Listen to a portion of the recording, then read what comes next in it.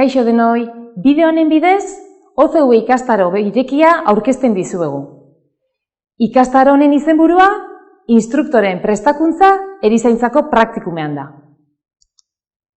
Ikastaro hau eratzen parte hartu dugun irakasleak, Joseba Xabier Huitzi, Andrea Izagirre, Maider Ugartemendia, Mari Jose Uranga, Josune Zubeldia eta ni neu, Udane Elordi irakasleak izan gara.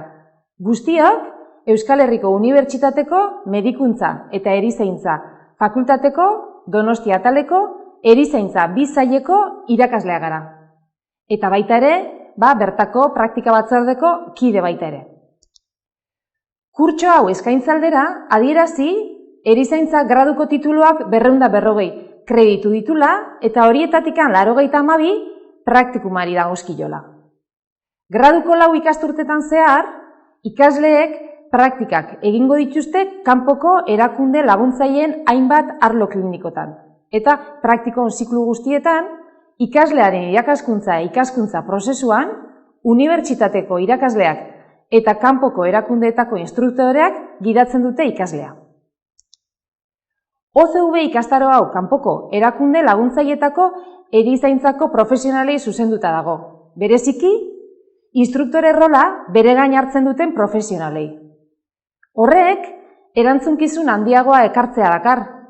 Instruktoreak bere esparru klinikoan prestakuntza jarduerak antolatuko ditu unibertsitateaz bazetetorriz eta ikasleen ikaskuntza prozesuan zein ebaluazioan parte hartuko du irakasle tutoreaz batera.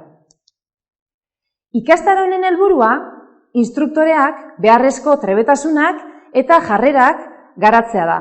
Horrela, ikasleak ikaskuntzako prozesuan gida ditzan. Beti ere, praktikunaren testuinguruan eta gainerako agenteekin koordinatuta.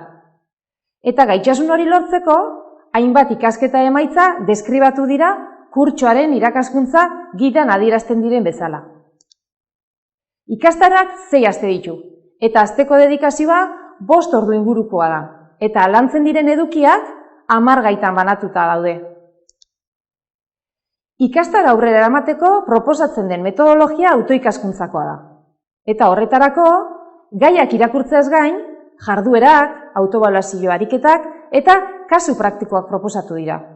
Honez gain, ikastaro osoari laguntzeko informazio iturri eta irakurtzeko material gehigarria gehitu dira.